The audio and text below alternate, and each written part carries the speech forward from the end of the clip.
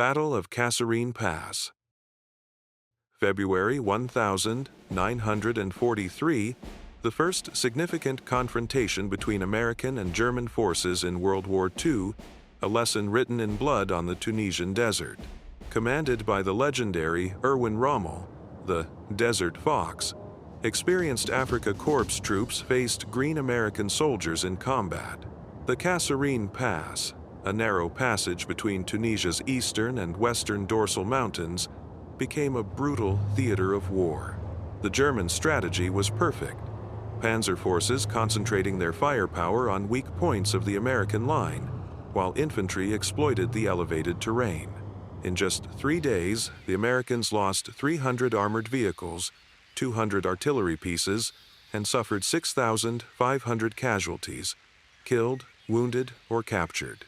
The inexperienced American commanders demonstrated fatal flaws in artillery coordination, reconnaissance, and communications between units. Major General Lloyd Fredendall, commander of the U.S. I Corps, was later replaced by General George Patton, who drastically reformed discipline and tactics. Kasserine represents much more than a defeat, the painful baptism by fire that transformed the American Army. The harsh lessons learned led to fundamental changes in combat doctrine, training, and leadership. Rommel himself later acknowledged that despite the tactical victory, the battle merely delayed the inevitable.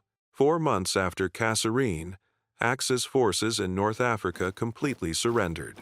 As we used to say on the battlefield, you never know the true value of your men until they face enemy fire. At Kasserine, America discovered both its weaknesses and its determination to win the war.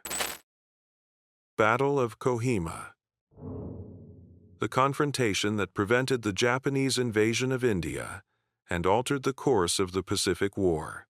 In April 1944, the elite 31st Japanese Division, comprised of 15,000 battle-hardened veterans, advanced through the mountains of Nagaland with a single objective: to cut the Allied supply line and clear the path for the conquest of the Indian subcontinent. The defenders, merely 1,500 British and Indian soldiers, surrounded on a hill where not even a tennis court was spared from the carnage.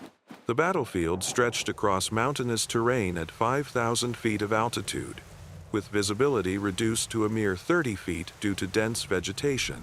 Combatants faced intense monsoon rains while fighting hand-to-hand for every inch of ground. Supplies arrived only through night patrols, infiltrating enemy lines. For 64 uninterrupted days, the deafening sound of Japanese Type 92 machine guns blended with the precise shots from British Lee-Enfield rifles. The battle culminated in the famous tennis court siege, where defensive positions were separated from the Japanese by less than 20 yards, a distance where soldiers could hear the enemy breathing. Casualties were devastating: 5,764 Japanese killed, and 5,290 Allied soldiers lost in action. Lord Louis Mountbatten called Kohima probably one of the greatest battles in history, while General Slim stated that it was here that we turned the tide against the Japanese. On the memorial erected in the Kohima Cemetery, an epitaph is inscribed that captures the essence of those men's sacrifice. When you go home, tell them of us and say, "For your tomorrow, we gave our today." Prokhorovka. July 1943. The largest armored clash in modern military history. A storm of steel where approximately 1,500 Soviet and German tanks collided on the Russian plains, defining the future of the Eastern Front during World War II. The battle was the culmination of Operation Citadel, Germany's last major offensive on the Eastern Front. On one side, the 2nd SS Panzer Corps, with their formidable 56-ton Tiger I tanks, and Panthers, with 80mm sloped frontal armor. On the other, the Soviet 5th Guards Tank Army, primarily equipped with T-34 76 seconds, 32-ton machines with excellent mobility on difficult terrain. The battlefield, an area of just 4.5 by 5.5 kilometers of open steppe near the small railway station of Prokhorovka. The Soviet tactic was bold and desperate, massive frontal charge to neutralize the German technical superiority. In less than 24 hours, the fields were transformed into graveyards of machinery. Soviet tanks advanced to distances of just 50 to 200 meters from the Germans. Some crews reported direct collisions between vehicles, turning the battlefield into a hell of twisted metal, explosions, and choking smoke. The Soviet Union lost approximately 400 tanks that day, while German forces lost about 80 armored vehicles. Despite the disparity, this was a crucial Soviet strategic victory that depleted Germany's offensive capability. The Germans would never again launch a large-scale strategic offensive on the Eastern Front. Hitler was forced to transfer forces to Italy, where the Allies had just landed. Prokhorovka not only ended Operation Citadel, but also marked the beginning of the irreversible German retreat that would only end in Berlin. In the annals of armored warfare, Prokhorovka remains a testament to Soviet sacrifice and the decisive moment when the tide of war finally turned against the forces of the Third Reich on the Eastern Front. Battle of Milne Bay. The Japanese Empire's first land defeat in World War II, a crucial psychological turning point that shattered the myth of Japanese invincibility. In August 1942, on the eastern coast of Papua New Guinea, Australian and American forces engaged in one of the most decisive yet underrated operations of the Pacific Theater. The Japanese objective was clear: capture the strategic airfield newly constructed by the Allies. Combat conditions were brutal. Torrential rains transformed the terrain into deep mud, where soldiers fought against both the enemy and the environment. The Japanese invasion force, consisting of 2,800 elite Japanese naval troops, landed on the night of August 25. Facing them were 8,800 Australians and 1,700 Americans, including the 18th Australian Infantry Battalion and American engineers. The Japanese, trained for jungle warfare, met immediate resistance. The defending force employed Vickers machine guns positioned in interlocking fields of fire, creating kill zones where the invaders were decimated. Nighttime combat was particularly brutal. In darkness, with visibility limited to a few meters, confrontations frequently ended in hand-to-hand combat with bayonets and trench knives. After 12 days of intense fighting, the Japanese High Command ordered withdrawal on September 6. Casualties were disproportionate: 625 Japanese killed against 161 Allied losses. This confrontation fundamentally changed the strategic perception of the war. General Douglas MacArthur observed that Milne Bay was the first decisive defeat on land suffered by Japanese forces. It demonstrated they could be beaten. The legacy of this battle transcends numbers. It was where Japanese expansionism encountered its first significant check, proving that determined soldiers, even in adverse conditions, could defeat forces considered invincible. Milne Bay remains a testament to the importance of factors such as terrain, weather, and determination in modern warfare. Merrill's Marauders. The force that redefined the limits of human endurance during World War II. Officially designated as the 5,307th Composite Unit Provisional, these 3,000 American volunteers were carefully selected for what many considered a suicide mission: long-range penetration behind Japanese lines in the impenetrable jungles of Burma. Activated in 1943 under Brigadier General Frank Merrill's command, these men received specialized training in jungle warfare and guerrilla tactics. Their primary objective: disrupt Japanese supply lines and capture the strategic Meetkina airfield.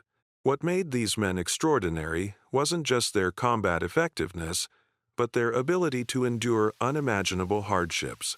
The Marauders marched more than 1,000 kilometers through some of Earth's most hostile terrain. Vertical jungle mountains, raging monsoon rivers, temperatures exceeding 104 degrees Fahrenheit with suffocating humidity. They fought not only against the Japanese, but also against malaria, dysentery, typhus, and leeches that drained their blood during every moment of rest. Despite consistently being outnumbered, they engaged in 5 major battles and 32 minor confrontations, never suffering a single defeat. At Napumga, 2 battalions withstood a siege from an entire Japanese regiment for 2 weeks while surviving on airdropped supplies. By August 1944, when they finally secured Myitkyina, only about 200 men remained in fighting condition. The unit was disbanded, having accomplished what military strategists considered impossible. Every surviving marauder received the Bronze Star. These men exemplified the doctrine that victory often belongs not to the better-equipped force, but to those with unbreakable determination. Today's 75th Ranger Regiment traces its lineage directly to Merrill's marauders, carrying forward their battle-tested legacy of perseverance against overwhelming odds. Battle of Wau. January 1943, a decisive confrontation in the New Guinea campaign that many military historians overlook. We're examining a battle that established Allied control over a critical resource in the mountains of Papua New Guinea, CAM, the Wau airfield. This airfield, at 3,600 feet elevation, represented a strategic foothold that could determine control of the region. The Australian 17th Brigade defended this vital position against elements of the Japanese 102nd Infantry, who, in an extraordinary demonstration of determination, had marched over 240 kilometers through some of the Pacific's most challenging terrain. Swamps, steep slopes, dense tropical vegetation, as SDA terrain military specialists would classify as virtually impassable. The Japanese arrived exhausted, yet still lethal, and launched their attack in the early hours of January 28. The situation immediately became critical. The Australian defenders maintained precarious positions, while Douglas C-47 transport aircraft conducted what many consider one of the war's most dangerous aerial resupply operations. Aircraft landed under direct fire, unloaded reinforcements and supplies, and quickly took off. The 3,500-foot runway required precise approaches between mountains, frequently under adverse weather conditions and constant enemy fire. The turning point came when the Australian 207th Battalion was rapidly transported to the battlefield, enabling a decisive counterattack that forced the Japanese withdrawal on February 4. This victory not only saved the strategic airfield, but marked the beginning of the end of the Japanese offensive in Papua. The Japanese lost over 750 men in this battle, a high price paid in a campaign that permanently altered the balance of power in the Southwest Pacific theater. The Battle of Castle Itter. The only recorded combat in World War II where American and German troops fought side by side. On the 5th of May, 1945, in the Austrian Alps, what many consider the most unusual operation of the entire war took place. Castle Itter, a medieval fortress converted into an SS high-security prison, housed French elite prisoners, including 2 former prime ministers and a decorated general. With the collapse of the Third Reich imminent, the SS garrison fled, leaving 14 French VIPs unprotected. Major Joseph Gangl, a Wehrmacht commander who had secretly assisted the Austrian resistance, sought help from American forces. Captain Jack Lee, of the 23rd Tank Battalion, responded with just 14 soldiers and 1 Sherman tank. In the early hours of May 5, approximately 150 men from the 17th Waffen-SS Division surrounded the castle. In an unprecedented tactical configuration, American soldiers, Wehrmacht soldiers, and armed French prisoners defended the fortress against SS troops, determined to eliminate witnesses.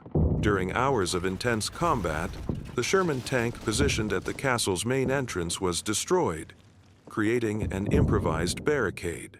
Major Gangl was killed by a sniper shot while protecting former French Premier Paul Reynaud.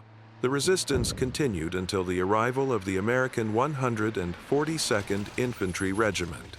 This extraordinary, temporary alliance between former enemies perfectly illustrates how, even in the final hours of history's bloodiest conflict, there was still room for unexpected acts of humanity.